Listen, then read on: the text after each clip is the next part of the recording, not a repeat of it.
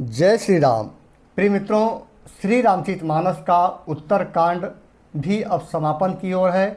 आज दोहा संख्या 106 से 110 का अर्थ के साथ में श्रवण करवाने जा रहा हूँ। आप लोग ध्यानपूर्वक इसे श्रवण करिएगा।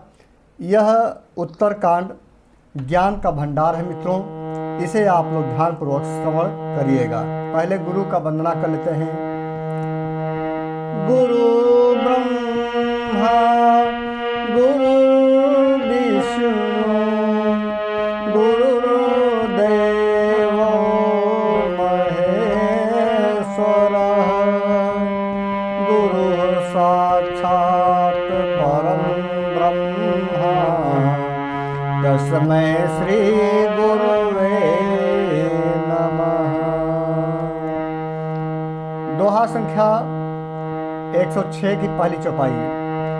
एक बार गुरु लिन्ह बोलाई मोहिनीति बहु भांति सिखाई शिव सेवा कर फल सुत सोई अविरल भगति राम पद होई। देखिए, काकभुसुंडी जी ने जो भी गरुड़ जी को श्री राम कथा का श्रवण करवाया, उसमें संपूर्ण श्री रामचरितमानस का या प्रभु श्री राम जी का एक तरह से संदेश छिपा हुआ है मित्रों, इस मनुष्य जगत के लिए।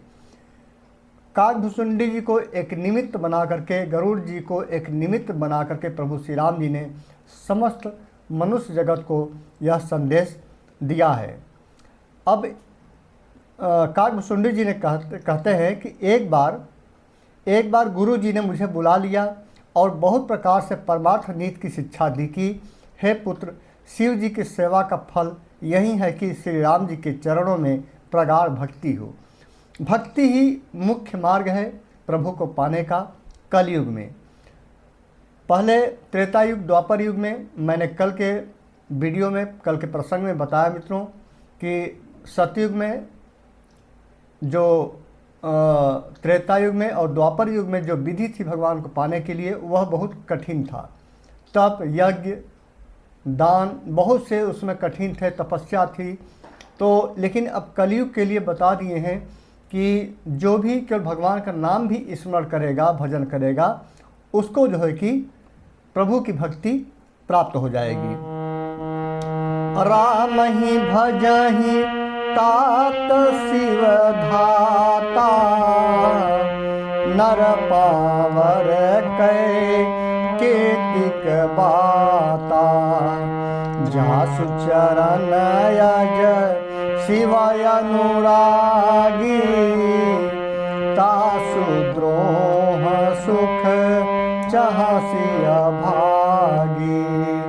अतः हे तात, शिव जी और ब्रह्मा जी भी श्री राम जी को ही भजते हैं। देखिए, यहाँ पर स्पष्ट कहा गया है कि गरुड़ जी से कह रहे हैं काकभुसुंडी जी कि शिव जी और ब्रह्मा जी भी श्री राम को ही भजते हैं, फिर नीच मनुष्यों की तो बात ही क्या। ब्रह्मा जी और शिव जी जिनके चरणों के प्रेमी हैं, अरे अभागे, उनसे द्रोह करके तू सुख चाहता है, यह कितनी बड़ी विडंबना है। इसीलिए प्रभु श्री राम की कथा का श्रवण हमें करना ही चाहिए। हर कहूँ हरि सेवक गुर कहूँ सुनि खगनाथ हृदय मम दहूँ अधम जाति मैं विद्या पाए भयऊ जथा यही दूध पियाए।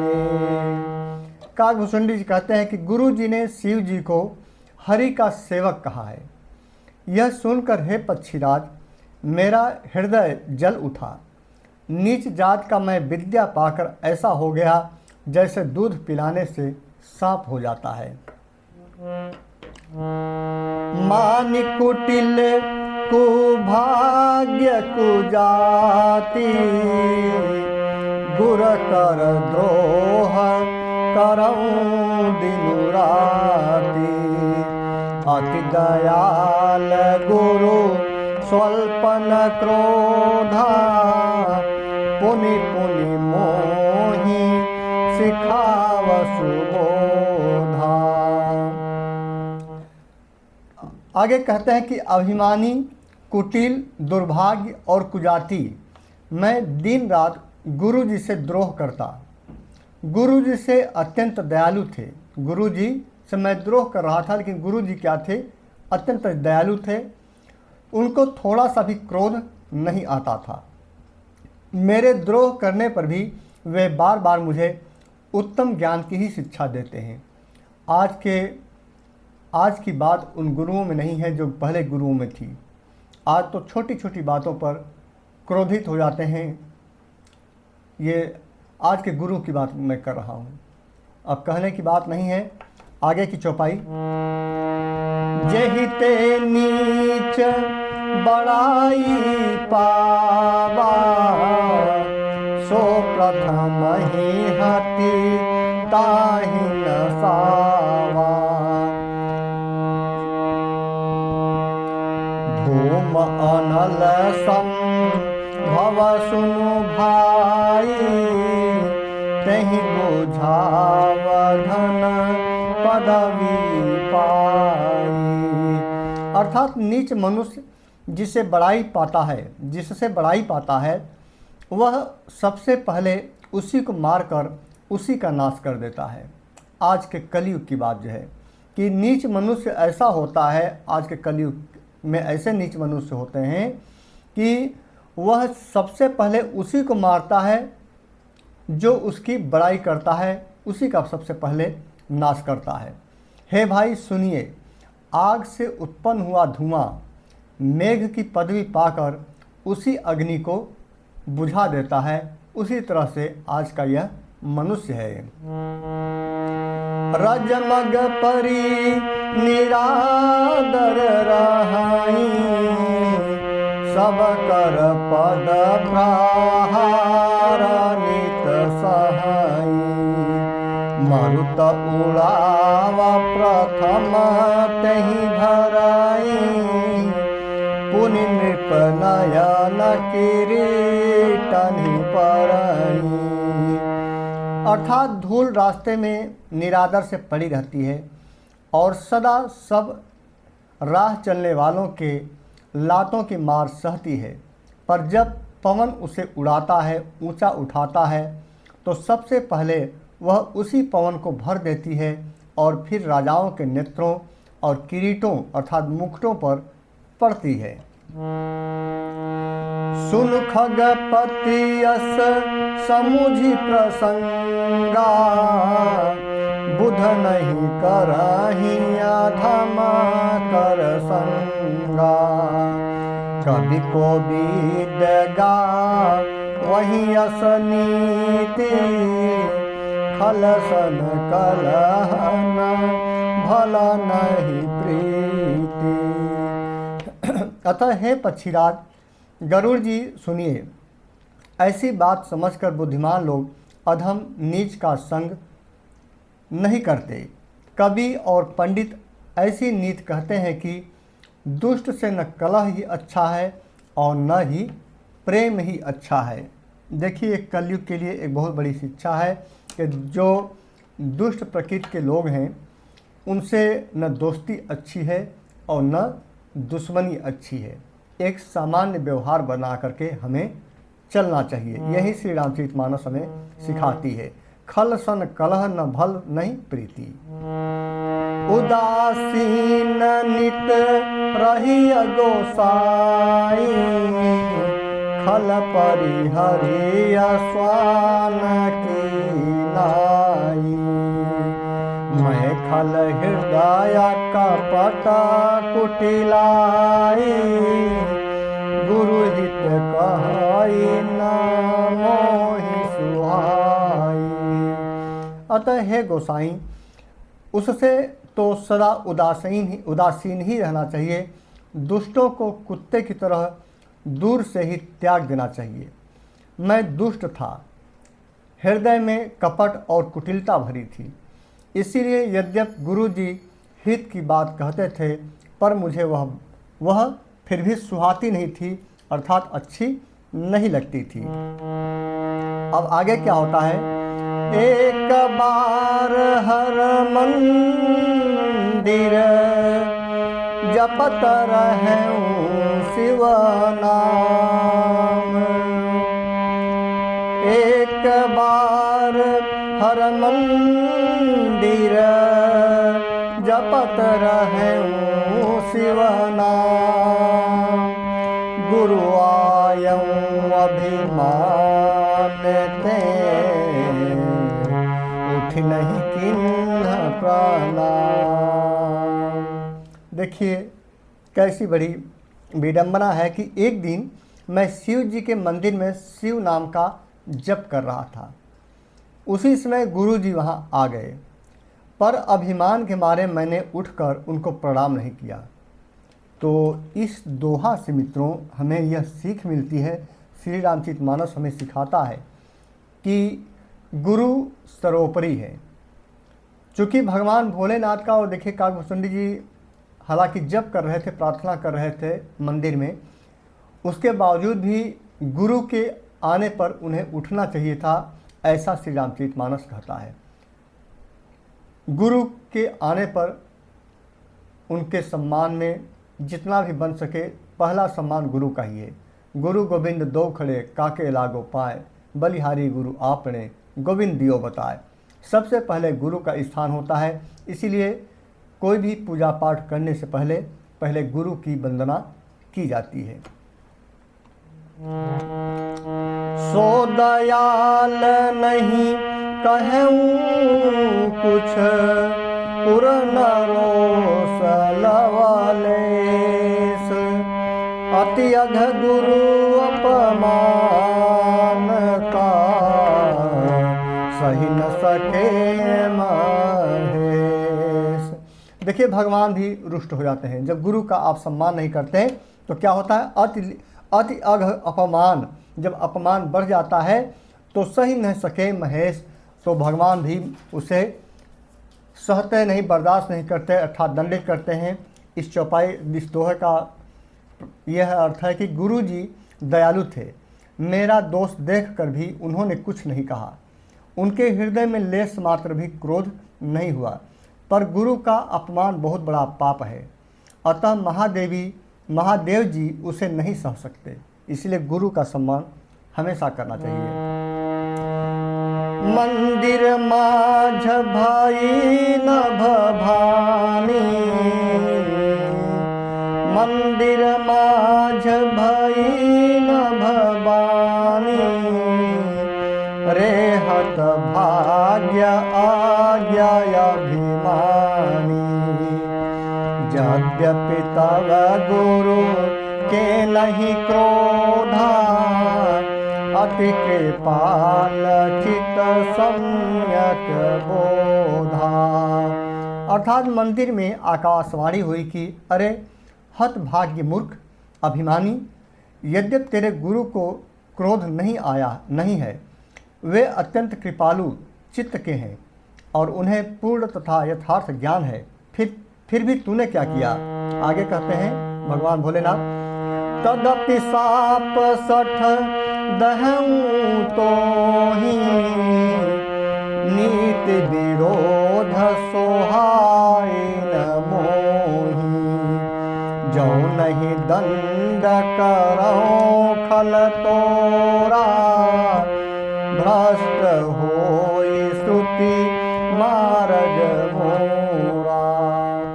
भगवान भोलेनाथ कहते हैं तो भी यदि मान लीजिए गुरु आपके क्रोधी नहीं है, अच्छी बात है, तो भी हे मूर्ख तुझको मैं शाप दूंगा, क्योंकि नीति का विरोध मुझे अच्छा नहीं लगता। अर्थात जो विधि का विधान है मित्रों कि गुरु का वंदना करना चाहिए, गुरु के सम्मान में हमेशा खड़े रहना चाहिए, गुरु का कभी अपमान नहीं करना चाहिए। गुरु चाहे जैसा भी हो, आपके लिए इस संसार में जो विधि का विधान लिखा हुआ था वही गुरु आपको मिलेगा, उसी के अनुसार आपको गुरु मिलेगा। और गुरु चाहे जैसा हो उसका आप सम्मान करिए। ब्राह्मणों की सम्मान की भी बात कही गई है, क्योंकि एक विधि है, एक परंपरा है, जो इस विधि और परंपरा को तोड़ते हैं लोग, वे जो है कि चूँकि आजकल बहुत से जात पात की बात होती है, बहुत से ब्राह्मणवाद की बात होती है, बहुत से कुछ बात होती है। धार्मिक दृष्टि से देखा जाए तो मित्रों, श्री रामचरितमानस में भी स्पष्ट रूप से लिखा गया है कि ब्राह्मणों का सम्मान सदा करनी चाहिए। वह ब्राह्मण सम्मान के योग्य है या नहीं है, वह सब विधि के विधान के ऊपर छोड़ दो। जो यदि ब्राह्मण कुल में जन्म लेकर के वह कोई नीच कार्य करता है तो उसको विधि विधान के हिसाब से स्वयं प्रभु दंडित करेंगे। मनुष्य को दंडित करने की कोई आवश्यकता नहीं है। इसीलिए हमेशा जो विधि विधान है उसका सम्मान करना चाहिए। इसका आशय पूरा मैंने बताया नहीं, शायद फिर से इसको कर देते हैं। मंदिर माझ, आगे वाला लाइन था गुरु नहीं था। हाँ, भगवान भोलेनाथ कहते हैं तो भी है मूर्ख, तुझको मैं शाप दूंगा, क्योंकि नीति का विरोध मुझे अच्छा नहीं लगता। अरे दुष्ट, यदि मैं तुझे दंड न दूं तो मेरा वेद मार्ग ही भ्रष्ट हो जाएगा, अर्थात वेद का जो विधि विधान है वह भ्रष्ट हो जाएगा। इसीलिए दंड देना भी आवश्यक है। तब आगे दंड क्या मिलता है? जे सठ गुरु सन ईर्षा करही, गौरव नरक कोटि जुग परही। त्रिजग जोनि पुनि धरहि शरीरा, अयुत जन्म धरि पावहि पीरा। अर्थात जो मूर्ख गुरु से ईर्ष्या करते हैं, द्वेष करते हैं, छल करते हैं, कपट करते हैं, वे करोड़ों युगों तक रौरव अर्थात नरक में पड़े रहते हैं। फिर वहाँ से निकल कर वे तिर्यक अर्थात पशु पक्षी आदि योनियों में शरीर धारण करते हैं और 10,000 जन्मों तक दुख पाते रहते हैं। सोचिए कि इसीलिए गुरु का कभी भी स्वप्न में भी अपमान नहीं करना चाहिए। बैठ रहे सिया जगरई व पापी, सर्प होहि खल मलमति व्यापी। महाविटप को धर्महु जाई, अधमाधम अध गति पाई। अरे पापी, तू गुरु के समान अजगर की भांति बैठा रहा। रे दुष्ट, तेरी बुद्धि पाप से ढक गई है, अतः तू सर्प हो जा। और अरे अधम से भी अधम, अधम से भी अधम, अधम का मतलब होता है नीच होता है, तो नीच से भी नीच जाति में तू जन्म ले। इस अधोगत सर्प की नीची योनि को, मतलब सर्प की जो जात होती है वो सबसे नीची होती है, उसको पाकर किसी बड़े पेड़ के खोखले में जाकर रह, तो यह उनको साप मिला। हाहाकार किन्ह गुरु, हाहाकार किन्ह गुरु, दारुण सुनी शिव साप। कंपित मोहि बिलो के अति, उर उपजा परिताप। अर्थात शिव जी के भयानक साप सुनकर गुरु जी ने हाहाकार किया। मुझे कांपता हुआ देखकर उनके हृदय में बड़ा संताप उत्पन्न हो गया, बहुत दुख हुआ। अपने शिष्य को इस तरह से साप दंड जब मिला तो उनका मन दुखी हो गया। करि दंडवत सप्रेम द्विज, शिव सन्मुख करि जोरी। विनय करत गद गद स्वर, समुझि घोर गति मोर। प्रेम सहित दंडवत करके ब्राह्मण श्री शिव जी के सामने हाथ जोड़कर मेरी भयंकर गति दंड का विचार कर गदगद वाणी से विनती करने लगे। देखिए, इसीलिए कहा गया है कि गुरु आपके अर्थात शिष्यों के हर कष्टों को हरने वाला होता है, और जो गुरु आपके कष्टों को हरण करने वाला हो, ऐसे गुरु का अपमान तो सोचना भी नहीं चाहिए। और हमारे ग्रंथों में यह लिखा गया है, श्री रामचरितमानस, वाल्मीकि रामायण, श्री गीत मद्भागवत गीता में, कि गुरु चाहे जैसा भी हो उसका अपमान नहीं होना चाहिए आपके द्वारा। यदि गुरु का अपमान जो करता है वह भगवान के अपमान से भी बड़ा अपमान होता है। भगवान का आप अपमान करेंगे, एक बार भगवान क्षम्य कर देंगे, बार बार क्षम्य कर सकते हैं, प्रभु कृपालु हैं। लेकिन जो विधि के अनुसार बनाया हुआ विधान है, यदि गुरु का अपमान करेंगे तो आपको क्षम्य कभी नहीं मिलेगा, क्षमा कभी नहीं मिलेगा, उसको उसका दंड आपको भुगतना ही पड़ेगा। नमामि समीशान निर्वाण रूपम, नमामि समीशान निर्वाण रूपम, विभुम व्यापकम ब्रह्म वेद स्वरूपम। देखिए, प्रार्थना के तौर पर यह चौपाई संस्कृत को मिक्स करके तुलसीदास जी ने लिखा है, तो इसीलिए थोड़ा सा इसका राग अलग हो जाता है। नमामि, अब इसको देखते हैं, दूसरे राग में पढ़ते हैं।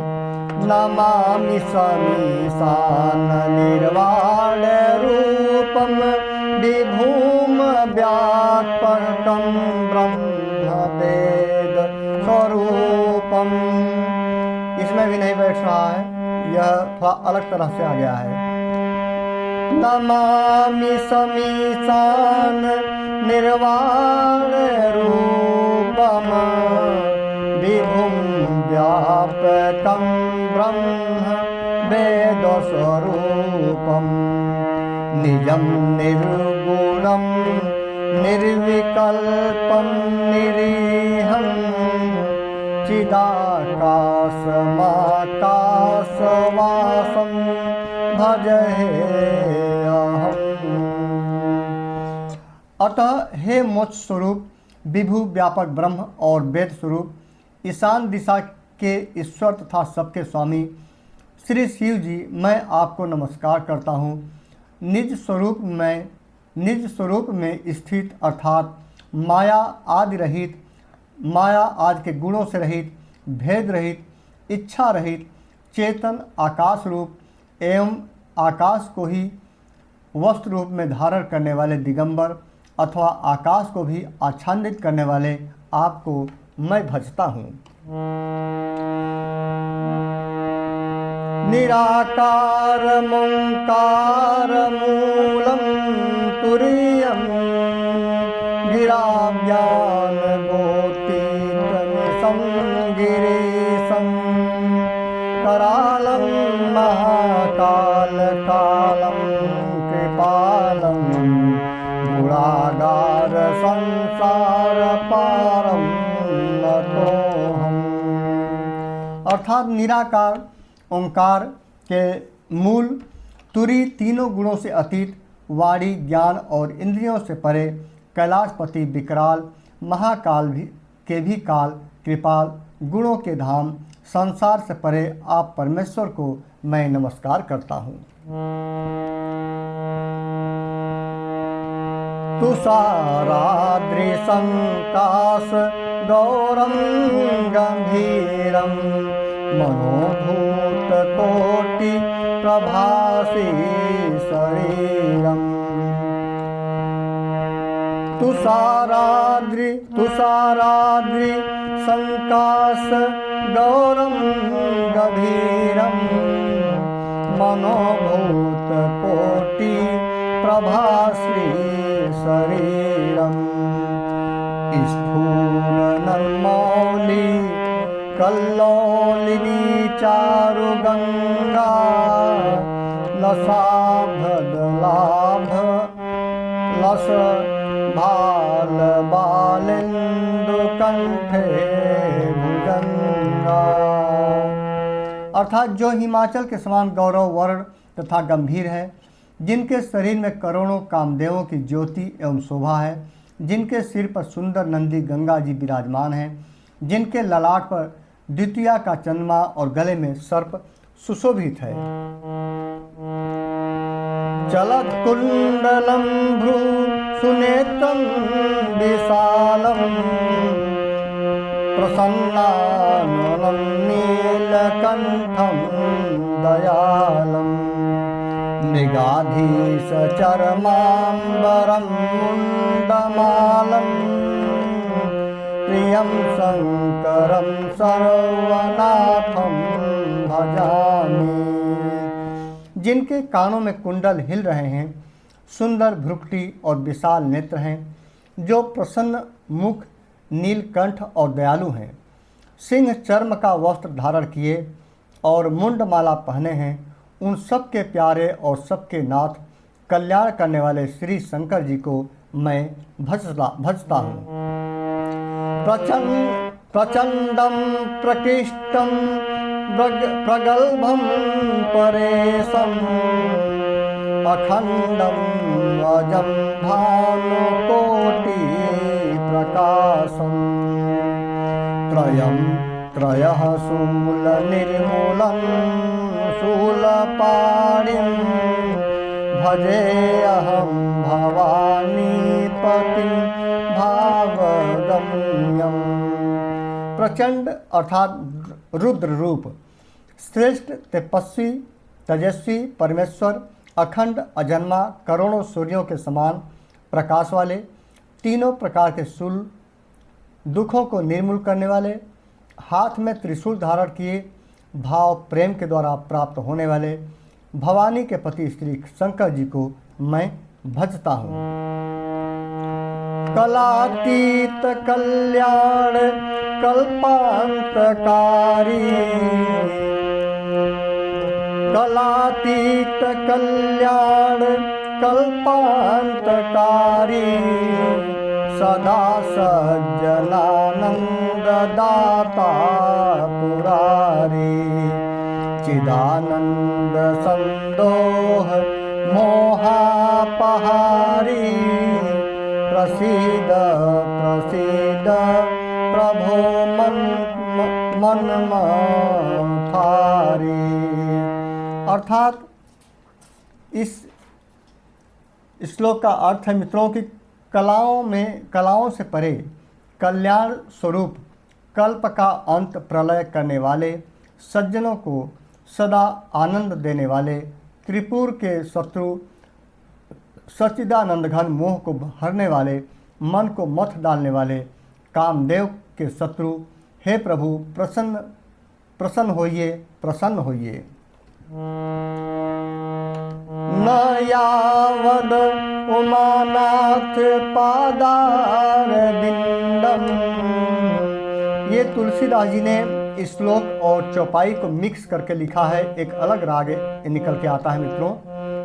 इसके श्रवण करवाने में कोई त्रुटि हो तो क्षमा करिएगा। इसीलिए अर्थ के साथ में श्रवण किया जाता है, पठन किया जाता है कि यदि इस श्लोक में या चौपाई दोहा में कोई पढ़ने में गलती हो जाए तो अर्थ उसका सही समझ में आना चाहिए। न यावद उमानाथ पादार बिंदम भजन्ति लोके परेवा नारायणं न तावत् सुखं शांति संतापनाशं प्रसीद प्रभो सर्वभूताधिवासम्। अतः जब तक पार्वती के पति आपके चरण कमलों को मनुष्य नहीं भजते तब तक उन्हें न तो इहलोक और परलोक में सुख शांति मिलती है और न उनके तापों का नाश होता है। अतः हे समस्त जीवों के अंदर हृदय में निवास करने वाले प्रभु प्रसन्न होइए। न जानामि योगं जपं नैव पूजां नतोऽहं सदा सर्वदा सम्भुतुभ्यं जराजन्म दुःखौघं तातप्यमानं प्रभो पाहि यापं मामीश शंभो। मैं न तो योग्य जानता हूँ, न जप और न पूजा ही। हे शंभो, मैं तो सदा सर्वदा आपको ही नमस्कार करता हूँ। हे प्रभु, बुढ़ापा तथा जन्म मृत्यु के दुख समूहों से जलते हुए मुझ दुखी की दुख से रक्षा कीजिए। हे ईश्वर, हे शंभो, मैं आपको नमस्कार करता हूँ। रुद्राष्टकमीदं प्रोक्तं विप्रेण हरतोषये ये पठन्ति नरा भक्त्या तेषां शंभुः प्रसीदति। भगवान इंद्र की स्तुति का यह अष्टक उन शंकर जी की तुष्टि प्रसन्नता के लिए ब्राह्मण द्वारा कहा गया। जो मनुष्य इसे भक्तिपूर्वक पढ़ते हैं उन पर भगवान शंभु प्रसन्न होते हैं। ये मित्रों जो 8वां श्लोक है, इससे भगवान शिव जी का अष्टक बताया गया है और भगवान भोलेनाथ की स्तुति करने वाले लोगों को यह अष्टक के द्वारा भगवान की स्तुति कर सकते हैं, भगवान भोलेनाथ की स्तुति कर सकते हैं, उनकी प्रार्थना कर सकते हैं। सुन बिनती सर्वभाग्य शिव देख दी प्रयनुराग पुनि मंदिर न भवानी भई द्विज बर बर। देखिए, अष्टक के द्वारा गुरु ने वंदना किया तो भगवान भोलेनाथ प्रसन्न हो गए। इसीलिए इस अष्टक के द्वारा भगवान भोलेनाथ का प्रार्थना करने का विधान है। अब आगे क्या होता है कि सर्वज्ञ शिव जी ने विनती सुनी और ब्राह्मण का प्रेम देखा। तब मंदिर में आकाशवाणी हुई कि हे द्विज श्रेष्ठ, वर मांगो।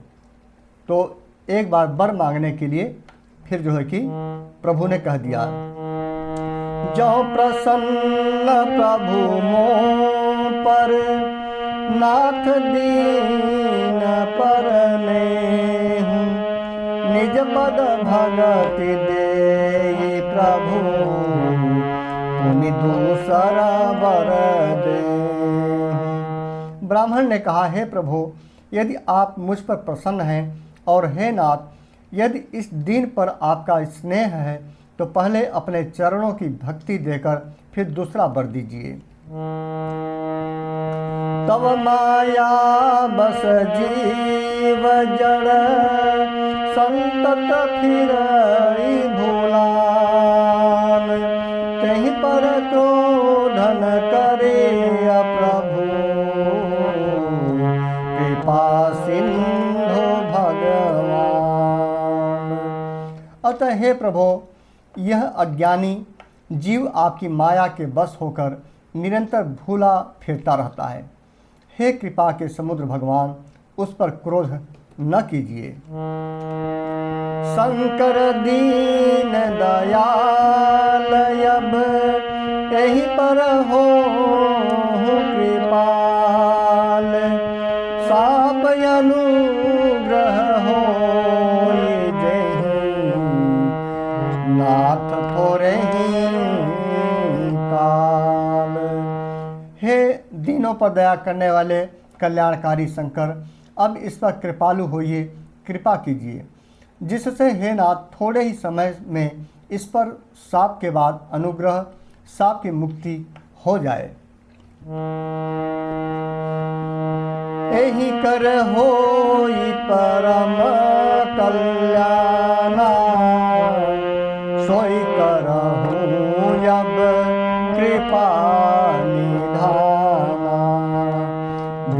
पुत्र गिरा सुनी परहित सानी, एवमस्तु इति भय न भवानी।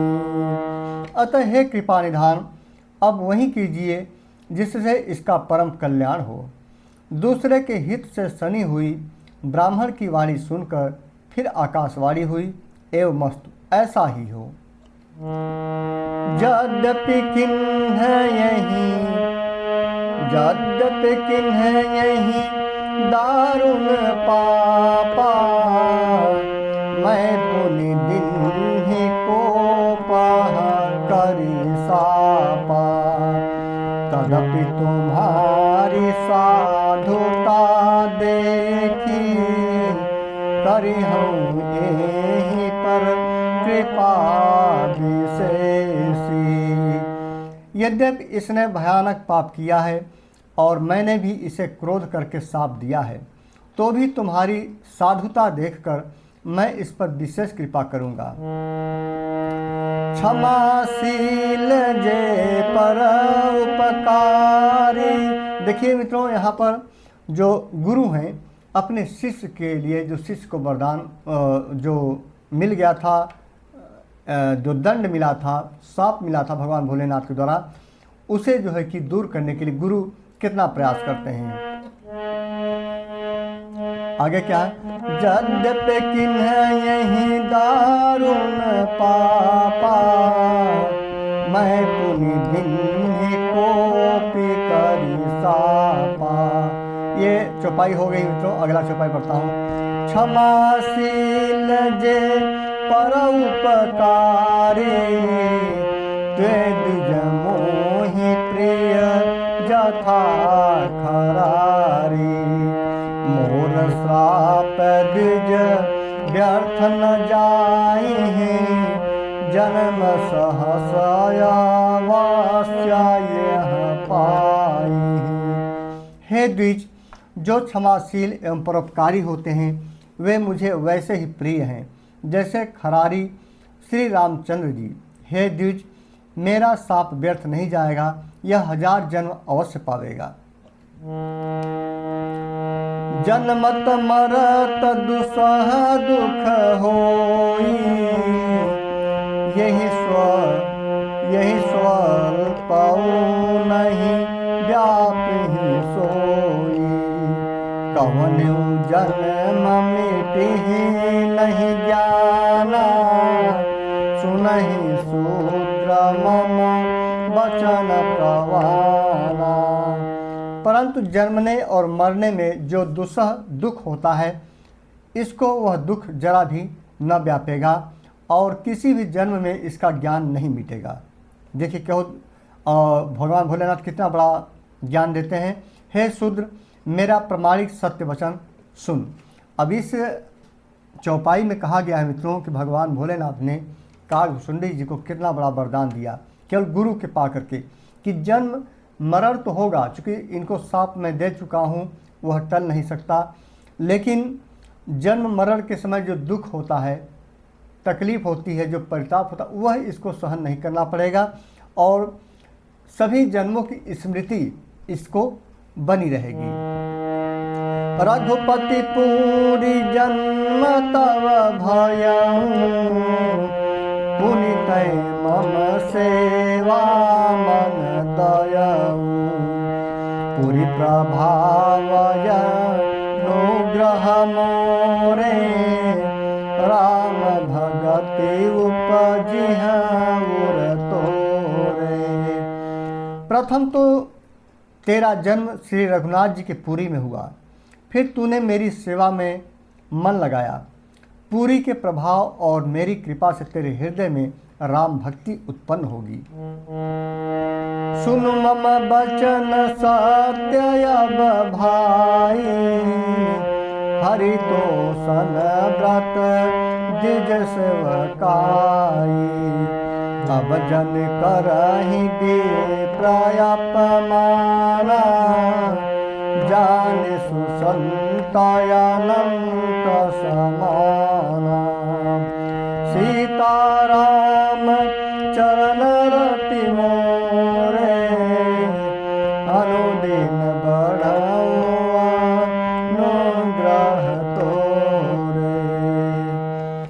चौपाई का अर्थ है मित्रों, हे भाई अब मेरा सत्य वचन सुन। भगवान भोलेनाथ कहते हैं कि मेरा सत्य वचन सुन, द्विजों की सेवा ही भगवान को प्रसन्न करने वाला व्रत है। अब कभी ब्राह्मण का अपमान मत करना, संतों को अनंत श्री भगवान हीन के समान जानना, श्री भगवान ही के समान जानना। जो संत होते हैं, इस देखिए भगवान भोलेनाथ देखिए इसमें बड़ी कड़ी चेतावनी दिया है कि किसी भी ब्राह्मण का अपमान नहीं करना है, और जो संत महात्मा होते हैं उनको भगवान की तरह ही जान करके उन्हें पूजना चाहिए। और यदि अपमान करेंगे मित्रों तो न केवल यह जन्म हमारा निरर्थक जाएगा, बल्कि हजारों असंख्य जन्मों में हमें आपको फिर विचरना पड़ेगा। यह बहुत विचारणी और रहस्यमय ज्ञान है। यह हमारे जो ग्रंथ हैं, महाकाव्य हैं, तो इन ग्रंथों में एक एक चौपाई ऐसी मिल जाती है मित्रों, जिससे वो ज्ञान ऐसा होता है कि इस ज्ञान को यदि आप धारण नहीं करेंगे, इसे अवॉइड कर देंगे, एक तरह से आप लोग कहते हैं कि अवॉइड करना, यदि अवॉइड कर देता है कोई तो ये जीवन भी आपका अवॉइड भी, भगवान भी अवॉइड आपको कर देंगे। तो इसीलिए इन बातों का गहराई से विचार करिए, इसका पालन करिए। इंद्र कुलिसमम शूल विशाला, काल दंड हरि चक्र कराला, जो इन्ह कर मारा नहीं मरई, विप्र द्रोह पावक सो जरई। अर्थात इंद्र के वज्र, मेरे विशाल त्रिशूल, काल के दंड और श्री हरि के विकराल चक्र के मारे भी जो नहीं मरता, वह भी विप्र द्रोह रूप अग्नि से भस्म हो जाता है। अस विवेक राखें मन माही, तुम कह जग दुर्लभ कछु नाही, और एक आशीषा मोरी, अप्रतिहत गति होई तोरी। ऐसा विवेक, भगवान भोलेनाथ कहते हैं, एक बात और सुन लो, ऐसा विवेक मन में रखना, फिर तुम्हारे लिए जगत में कुछ भी दुर्लभ न होगा।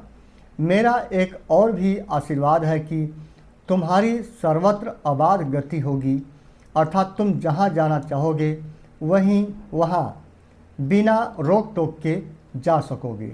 देखिए दूसरा सबसे बड़ा उन्होंने भगवान भोलेनाथ ने वरदान दिया।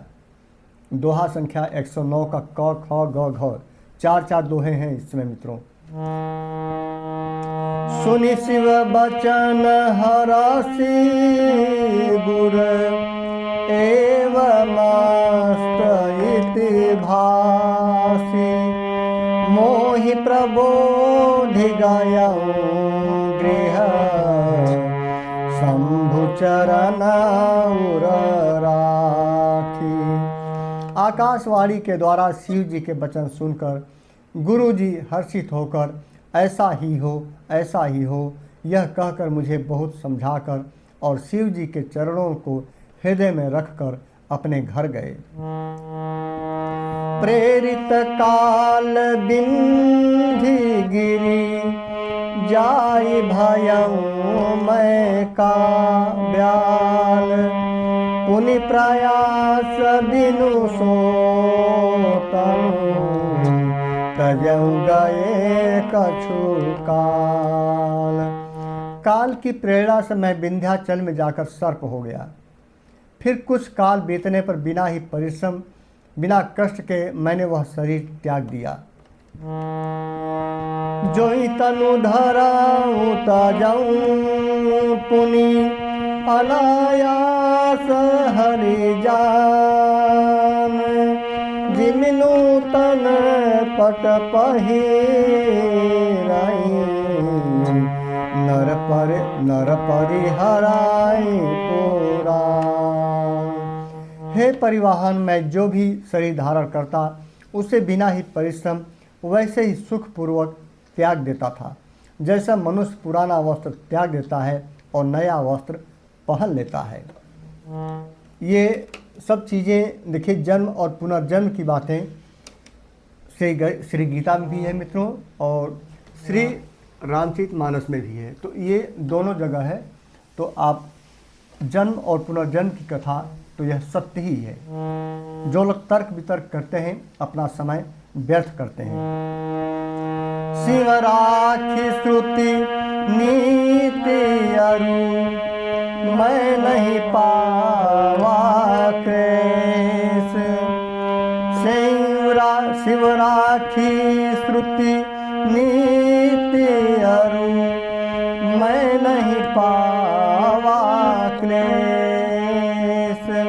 यही विधि धरऊँ विविधि तनु, ज्ञान न गया खगेश। शिव जी ने वेद की मर्यादा की रक्षा की और मैंने क्लेश भी नहीं पाया, कष्ट भी नहीं पाया।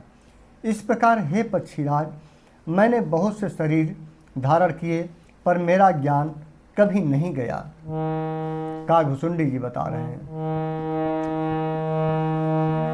त्रिजग देव नर जोई तनु धरऊँ, तह तह राम भजन अनुसरऊँ। एक सूल मोहि बिसरन काऊ, गुरु कर कोमल शील सुभाऊ। तिर्यक योनि अर्थात पशु पक्षी देवता या मनुष्य का जो भी शरीर धारण करता है, वहाँ वहाँ उस शरीर में मैं श्री राम जी का भजन जारी रखता था, क्योंकि मेरी स्मृति हमेशा प्रबल थी। इस प्रकार मैं सुखी हो गया, परंतु एक शूल मुझे बना रहा कि गुरु जी का कोमल सुशील स्वभाव मुझे कभी नहीं भूलता। अर्थात मैंने ऐसे कोमल स्वभाव दयालु गुरु का अपमान किया, यह दुख मुझे सदा आज तक बना रहता है। चरम देह द्विज कै मैं पाई, सुर दुर्लभ पुराण श्रुति गाई। खेलूं कहूँ बाल कन्ह नीला, कराऊं सकल रघु नायक लीला। मैंने अंतिम शरीर ब्राह्मण का पाया, जिसे पुराण और वेद देवताओं को भी दुर्लभ बताते हैं। मैं वहाँ ब्राह्मण शरीर में भी बालकों में मिलकर खेलता तो श्री रघुनाथ जी की ही सब लीलाएं किया करता था। प्रौढ़ भये मोहि पिता पढ़ावा, समझऊँ सुनाऊँ गुनऊँ नहीं भावा। मन ते सकल वासना भागी, केवल राम चरण लय लागी। सयाना होने पर पिताजी मुझे पढ़ाने लगे और मैं समझता, सुनता और विचारता, पर मुझे पढ़ना अच्छा नहीं लगता था। मेरे मन से सारी वासनाएं भाग गईं, केवल श्री राम जी के चरणों में लव लग गई, अर्थात प्रेम भक्ति हो गई। कहूँ खगेश यस कवनय भागी, खरी सेव सुर धेनु त्यागी। प्रेम मगन मोहि कछु न सोहाई, हारे पिता पढ़ाई पढ़ाई। अतः हे गरुड़ जी, कहिए ऐसा कौन अभागा होगा जो कामधेनु को छोड़कर गदही की सेवा करेगा। प्रेम में मग्न रहने के कारण मुझे कुछ भी नहीं सुहाता। पिताजी पढ़ा पढ़ाकर हार गए। भये काल बस जब पितु माता, मैं बन गया हूँ भजन जन त्राता। जहाँ जहाँ विपिन मुनीश्वर पावऊँ, आश्रम जाय सिरुनावऊँ। जब पिता माता कालवश हो गए, मर गए, तब मैं भक्तों की रक्षा करने वाले श्री राम जी का भजन करने के लिए वन में चला गया। वन में जहाँ जहाँ मुनीश्वरों के आश्रम पाता, वहाँ वहाँ जा जाकर उन्हें सिर नवाता। बुझहु तिन्हि राम गुण गाहा, कहीं सुनहु हर्षित खगनाहा। सुनत फिरहु हरि गुण अनुबादा, अव्याहत गति शंभु प्रसादा। सीताराम चरण रति मोरे, अनुदिन बढ़ऊ अनुग्रह तोरे। इस चौपाई का अर्थ है मित्रों कि ये हे गरुड़ जी, उनसे मैं श्री राम जी के गुणों की कथाएं पूछता, वे कहते और हर्षित होकर सुनता। इस प्रकार मैं सदा सर्वदा श्री हरि के गुणानुवाद सुनता फिरता रहता था। शिव जी की कृपा से मेरी सर्वत्र अबाधित गति थी, अर्थात मैं जहाँ चाहता वहीं जा सकता था।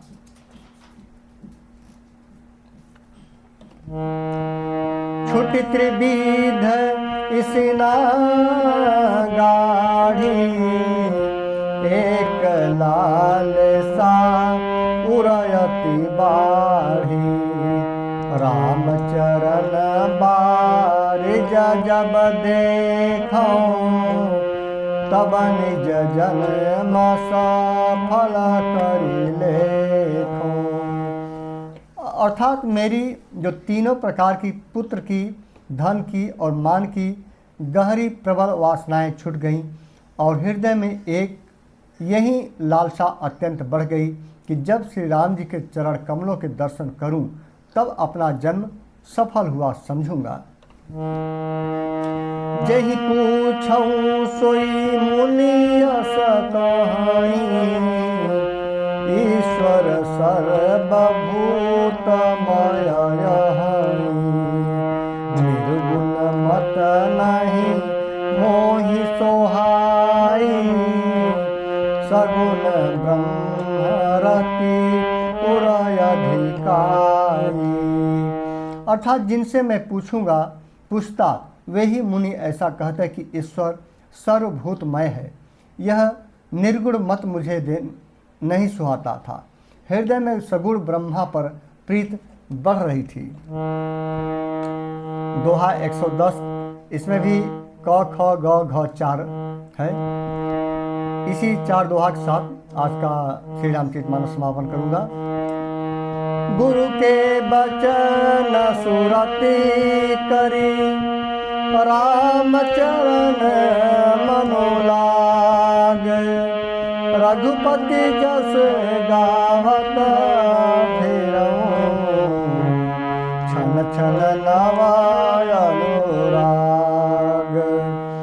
गुरु जी के वचनों का स्मरण करके मेरा मन श्री राम जी के चरणों में लग गया।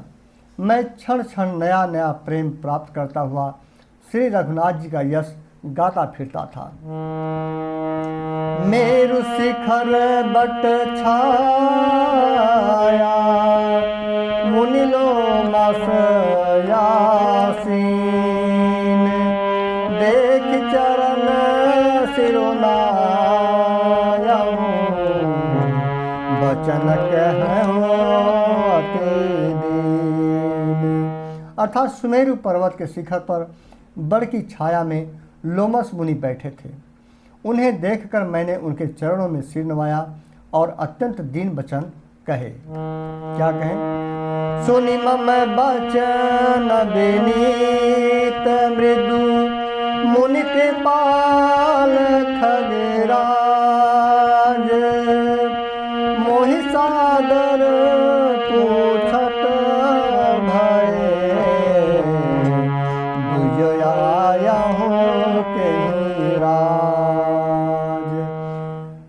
हे पक्षीराज, मेरे अत्यंत नम्र और कोमल वचन सुनकर कृपालु मुनि मुझसे आदर के साथ पूछने लगे, हे ब्राह्मण, आप किस कार्य से यहाँ आए हैं? तब क्या आगे होता है? तब मैं कहा, कृपा निधि तुम सर्वज्ञ सुजान, सगुण ब्रह्म अवराधन, मोहि कहौं भगवान। तब मैंने कहा, हे कृपानिधि, आप सर्वज्ञ हैं और सुजान हैं। हे भगवान, मुझे सगुण ब्रह्मा की आराधना की प्रक्रिया कहिए। मित्रों, यहाँ पर श्री रामचरितमानस का दोहा संख्या 110 संपन्न होता है उत्तरकांड का। अब अगले कड़ी में प्रसंग में 111 से 115 का श्रवण करवाऊँगा। आप सभी लोग जो नियमित श्रवण कर रहे हैं, इसके बाद श्री हनुमान चालीसा का पाठ आप लोग करिएगा। उसके बाद श्री आरती का पाठ अवश्य करिएगा। चूँकि वीडियो काफ़ी लंबा हो रहा है, इसलिए मैं बंद करके ये मैं पाठ करता हूँ। जय श्री राम।